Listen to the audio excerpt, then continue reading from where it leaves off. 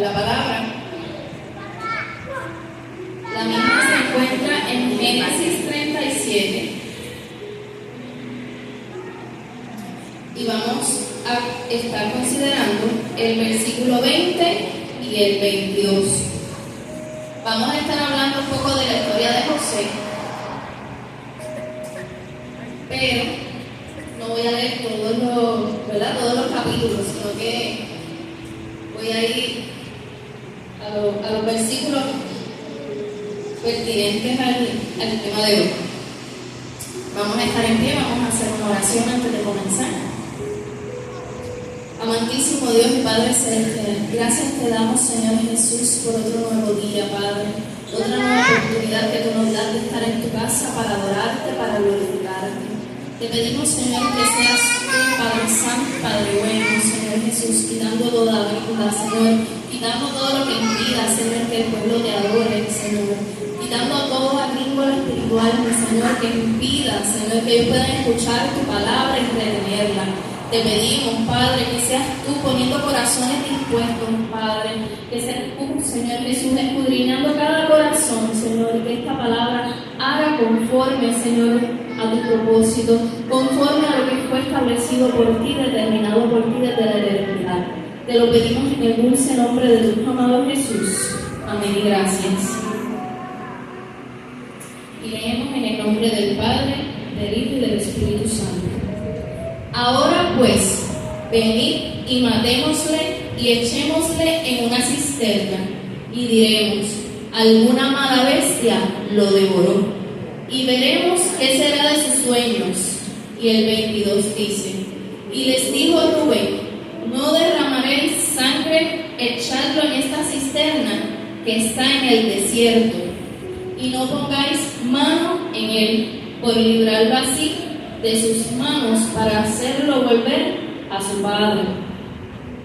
Y el 24 dice, y le tomaron y le echaron en la cisterna, pero la cisterna estaba vacía, no había agua en ella. Y el tema que el Señor me dio para este mensaje es prisionero en libertad.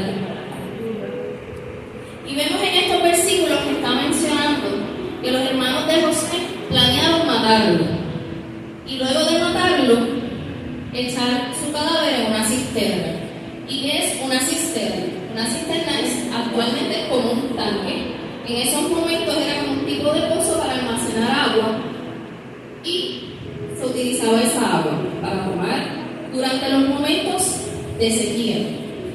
Y un dato importante de la cisterna era que dependiendo de la cantidad de cisternas que tuviera un lugar, representaba que ese lugar era próspero y era seguro. Entonces vemos que los hermanos de José lo quieren matar y echar su cadáver en esa agua. Por lo tanto, si hubiese habido agua, estamos viendo una contaminación directa a una fuente que otras personas iban a utilizar. Incluso podían utilizar, en esos tiempos había mucho ganado, había ovejas, y lo podían utilizar para alimentarlos. Segundo, nos dice que luego uno de ellos dijo, no lo vamos a matar, lo que vamos a hacer es que lo vamos a echar dentro de la cisterna. Así, si se murió, se murió. Pero especifica que la cisterna estaba vacía. Entonces, ellos querían utilizar esto en contra de José para destruir sus sueños. Pero Dios tenía un plan. Estaba vacía porque era lo que iba a salvar la vida de José. Pero también había una guerra espiritual, porque una cisterna vacía, cuando no tenía agua, podía almacenar granos, podía servir de tumbas y podía servir de prisión. Tres cosas. En otras palabras, primero iba a ser un lugar de muerte y contaminación, porque lo pensaban matar para que fuera la tumba de José y después decirle a su papá que se murió por una bestia. Entonces lo volvieron a una prisión. Pero como especifica la palabra, ellos dicen que ellos verían que serían de sus sueños. Los sueños de José estaban dictando lo que Dios había hablado sobre su vida.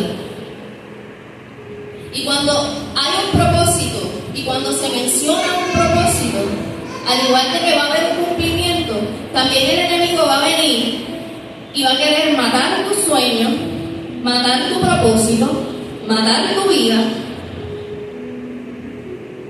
Y si no lo logra, te va a querer atar.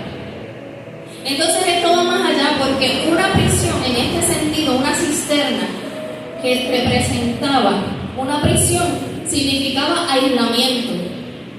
Y un aislamiento es separar a alguien, en este caso aislamiento social. La persona no tiene contacto, la persona no pide ayuda. El enemigo planeaba separar a José de todo lo que representaba el cumplimiento. Aislarlo, que se sintiera solo, que se sintiera traicionado por aquellos que debieron apoyarlo, por aquellos que debían cuidarlo, sus propios hermanos. Y si comenzamos a leer el capítulo desde el principio, su padre lo regañó a él por los sueños. Y eso también nos trae a otro punto. Muchas veces, aún antes de que nosotros tengamos la revelación de nuestro propio llamado, de nuestro propio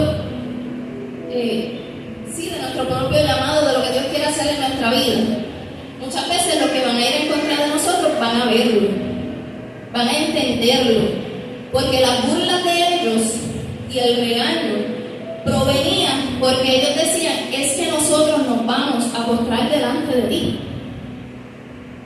es que tu madre y yo nos vamos a postrar delante de ti. Y eso los fue llevando, especialmente a sus hermanos, los fue llevando a planificar en contra de su propia sangre. Estaban tan cegados que ellos planearon hacer el mal. Una persona que se encuentra en aislamiento no tiene sentido de pertenencia. Se aísla porque se siente rechazado. Se aísla precisamente porque dice: yo no puedo estar con estas personas porque siento que no encajo. Es que siento que no es mi lugar. Es que trato de estar aquí y tampoco es mi lugar. Es que Dios dijo que este es mi ministerio, pero es que yo no me encuentro ahí. Entonces, otras personas van a venir a tratar de decirte: no, es que ese no es tu lugar. Es que ¿por qué tú estás dirigiéndote ahí? Es que tú piensas que tú vas a hacer esto.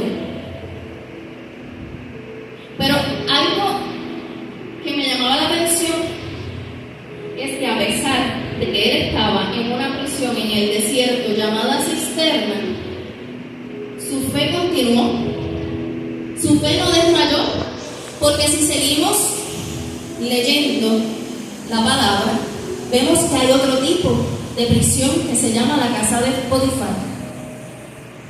O sea, no lo mataron, lo arrojaron en la cisterna que estaba vacía, pero no duró mucho ahí, porque empezaron ellos a comer y vieron que venían unos mercaderes que iban para Egipto y lo venden. Entonces el enemigo está pensando: no lo maté, pero lo hizo un esclavo. Y entonces el Señor está viendo y él cree que lo está destruyendo, cuando lo que está haciendo es llevándolo al lugar donde yo lo voy a plantar, al lugar donde yo voy a hacer que ayude a muchos. Y José, de 17 años, es vendido y llevado a la casa de Potifar. Allí dice la palabra que el Señor lo prosperaba, y fue tanto que Potifar vio que el Señor estaba de parte de José y lo puso como mayordomo. En otras palabras, lo puso de administrador de todos sus bienes. Un esclavo. Aquí José era un esclavo, técnicamente de un joven que era libre, que estaba soñando, que tenía muchos planes y que posiblemente tenía solvencia económica porque su padre tenía muchos ganados, tenía muchas ovejas, y en ese entonces así era como ellos generaban su dinero. Ahora tenía que estar bajo las órdenes de otra persona. Ahora no podía hacer lo que él quisiera. Ahora él tenía que estar dominado por otra persona. Físicamente él era un esclavo, porque estaba bajo el mandato de alguien, pero él no estaba en posición de esclavo porque él estaba siendo administrador. A él le habían entregado todo y su espíritu seguía estando libre, porque para que Jehová lo siguiera prosperando tenía que haber conexión, tenía que haber intimidad, tenía que haber una relación fuerte, porque Dios siempre está dispuesto, pero nosotros mismos somos los que ponemos el tropiezo, nosotros mismos somos los que nos ponemos en espera. Entonces, como Jehová lo estaba prosperando, vuelve la mentira, ahora se une con la calumnia, con la difamación y con el acoso. Porque entonces la esposa de Potifar viene y dice: ese que tú trajiste quiso deshonrarme, cuando fue todo lo contrario. Ella intentaba seducirlo a él. Y vemos que muchas veces en el caminar siguen siendo personas cercanas, porque él vivía en esa casa, él vivía en ese entorno. Personas cercanas a él eran los que estaban siendo de tropiezo. Y un dato importante es que digo, la mentira vuelve, porque en este caso todo era falso, pero la mentira que inventaron sus hermanos era una atadura que ellos mismos iban a creer más adelante, porque ellos pasarían mucho tiempo diciendo: mi hermano está muerto, mi hermano está muerto. Incluso consolaron a su papá.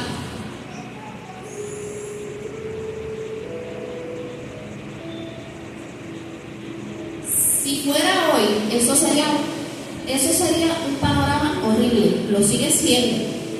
Pero imagínate, planeas la muerte de tu hermano y encima de eso mientes. Y eres tú mismo el que le das el consuelo a tu papá, sabiendo que todo es mentira.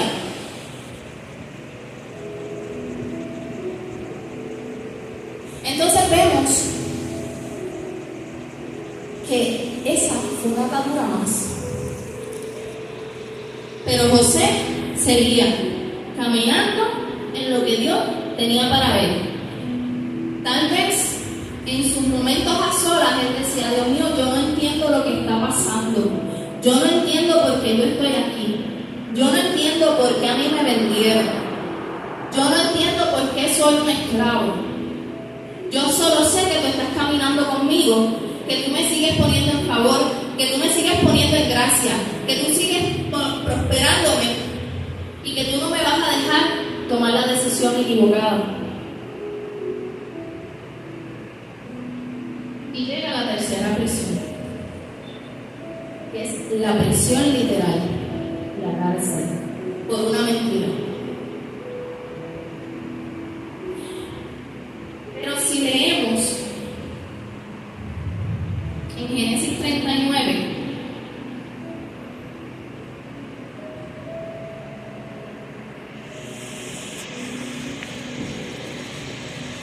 el versículo 20 nos dice: y tomó su amo a José y lo puso en la cárcel, donde estaban los presos del rey, y estuvo allí en la cárcel.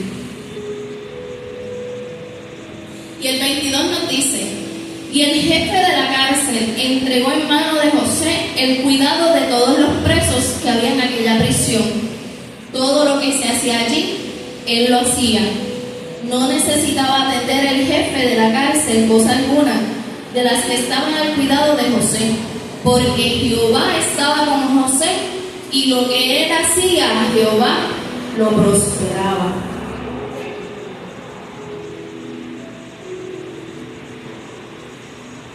José tenía un propósito y desde el principio era el principio de realeza, porque la túnica de colores, una de las personas que recibían las túnicas de colores eran los reyes. Y el enemigo quería evitar que él llegara a ese cumplimiento, pero lo envía a donde estaban las personas del rey. Humanamente es ilógico que alguien te quiera destruir y te envíe al lugar que se supone que estás evitando. Pero espiritualmente,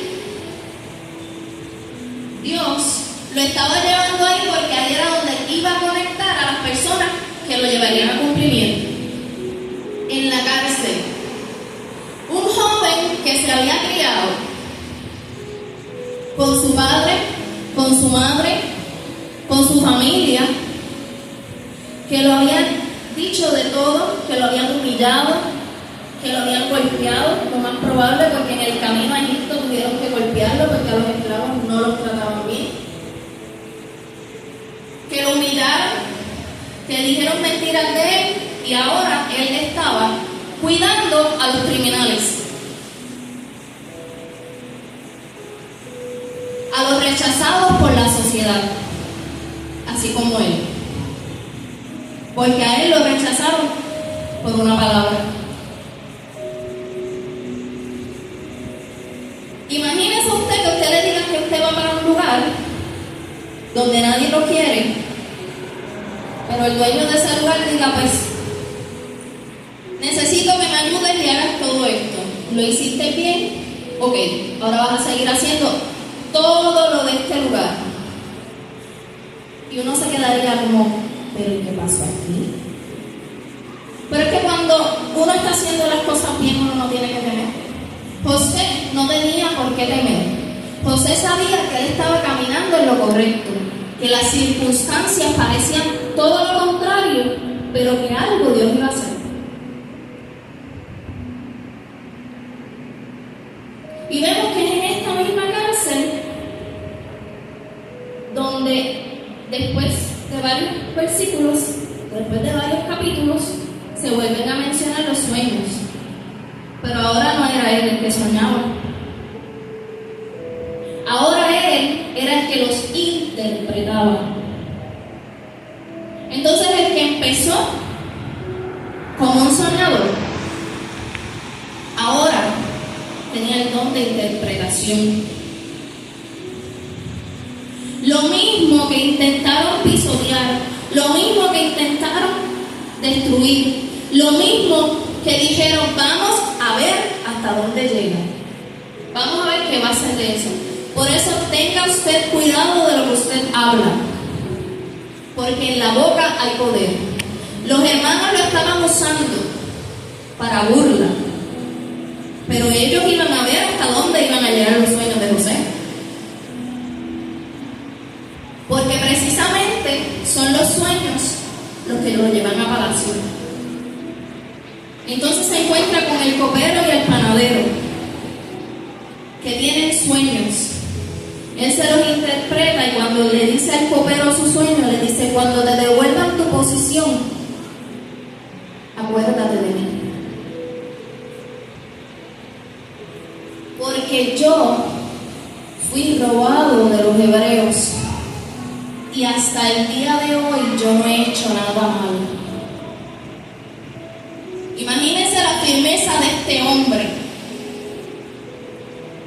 Está en prisión, sabe que es inocente. Él dice, me robaron, no dice me vendieron. Me robaron, me hurtaron. Entonces aún hasta en sus palabras él estaba teniendo cuidado de su familia, de la misma que lo traicionó.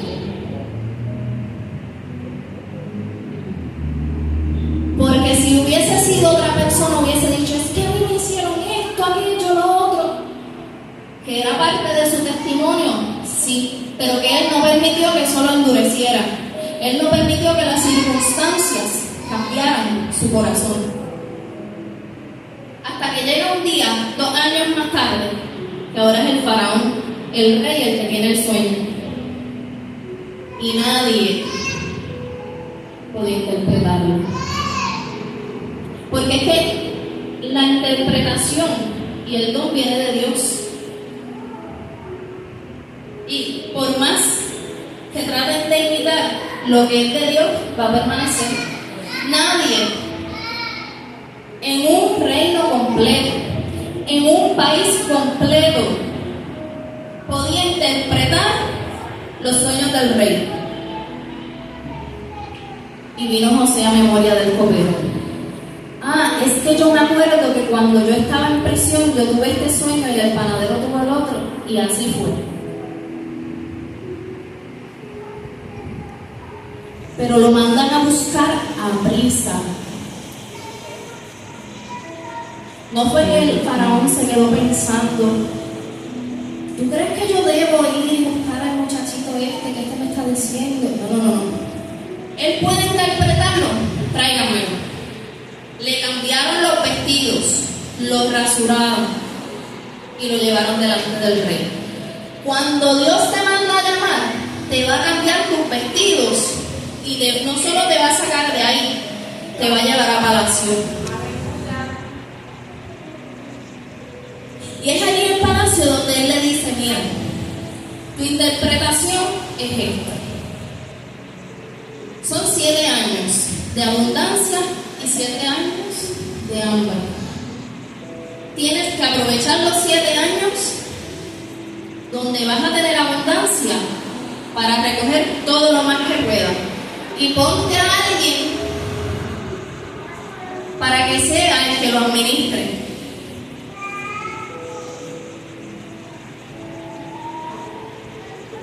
Y él hablando, él diciéndole al rey, consíguete a alguien que te haga esto. Y yo me imagino al Señor diciendo, pero tú estás diciendo consíguete a alguien, para que ya alguien llegó. Es que el alguien ya está ahí. Es que yo te enseñé administración de empresas, no es para que te quedaras allí en casa de Potifar y te quedaras en la cárcel. Es para que administraras toda una nación. Es para que salves a los tuyos.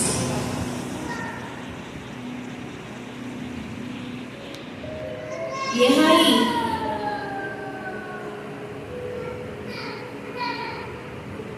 donde llega el momento en el que se decide si habrá una cuarta prisión o no. Porque siendo gobernador, le toca enfrentarse a los que lo vendieron. Imaginen las emociones encontradas de este hombre.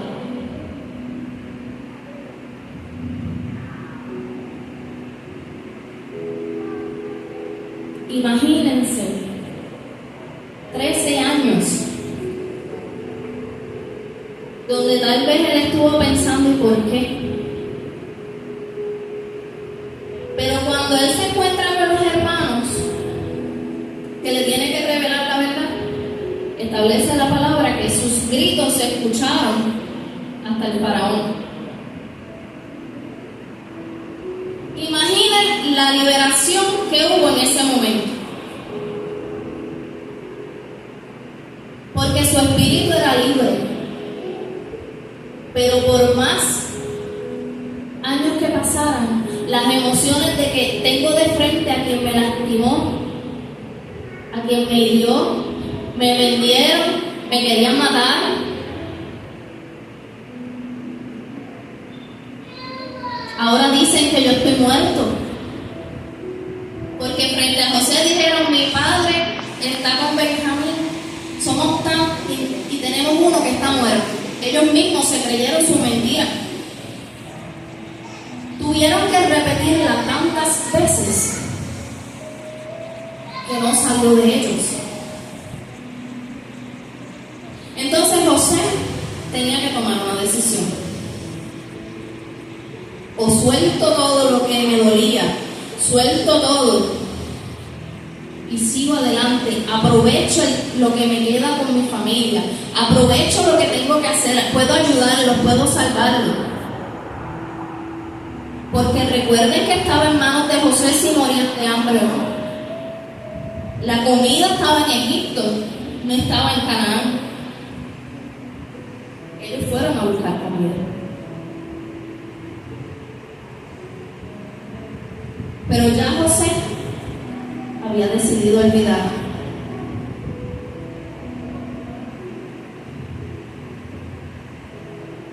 Dios me ha hecho olvidar. Hermoso nombre, hermoso significado.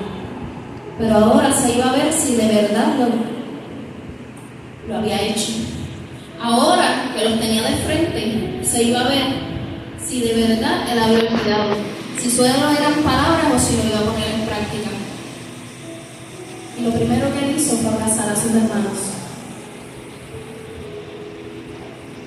Había sido un prisionero, pero seguía siendo libre. Su espíritu no se contaminó. Sus emociones permitió que las emociones se fueran, no que lo dominaran a él. Entonces muchas veces permitimos que las emociones nos dominen y dejamos que la falta de perdón domine. Y entonces nosotros mismos decimos yo perdoné, pero entonces seguimos atados a la mentira, porque si hay falta de perdón y estás diciendo que perdonaste pero no lo hiciste realmente, o si dijiste yo perdono pero no olvido, entonces estás mintiendo. Tú determinas si las prisiones, las circunstancias a tu alrededor te van a encarcelar o vas a seguir siendo libre. Amén. Porque José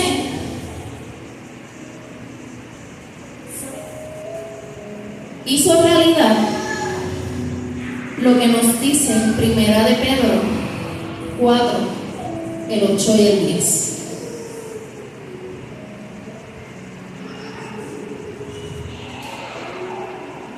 El 8 nos dice: y ante todo, tened entre vosotros ferviente amor, porque el amor cubrirá multitud de pecados. Y el 10 nos dice: cada uno, según el don que ha recibido, ministrelo a los otros, como buenos administradores de la multiforme gracia de Dios. Y en todo momento José supo administrar su don, porque no lo utilizó para hacer daño.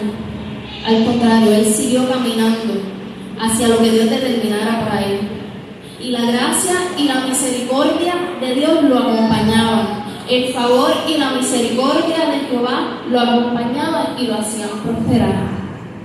José dejó que la integridad y su confianza en Dios, el Dios que lo sostuvo, porque cuando él se encontró con sus hermanos, él le dice: no estén tristes, porque no fue de ustedes que me vendieran, fue Dios que me trajo aquí. Ya con sus 30 años, él pudo entender el por qué era necesario que estuviera allí. Él entendió su para qué. ¿Para qué fue vendido? ¿Para qué fue llevado donde Potifar? Porque cada uno, para muchos parecían que eran procesos fuertes, para muchos parecían que venía destrucción, pero eran escalones, escalones al cumplimiento, escalones que lo llevaban a palacio, donde él más tarde traería a su familia Y mucho tiempo después, vendría un libertador a salvar a su pueblo.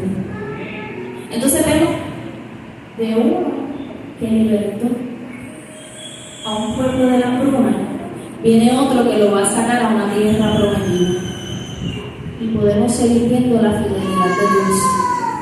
La fidelidad de Dios estuvo con José en todo momento.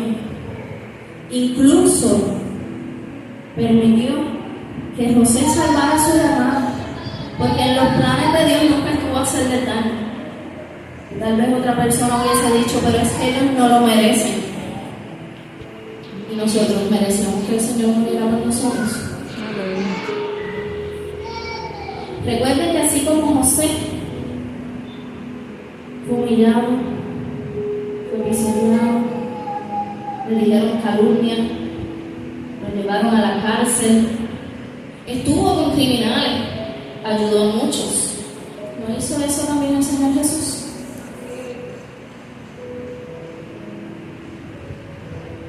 Y aún más, porque dio su vida. Entonces, nosotros vamos a pasar por lo que van a ser procesos, pero que también se van a ver como diferentes personas donde nos van a querer encerrar para aislarnos,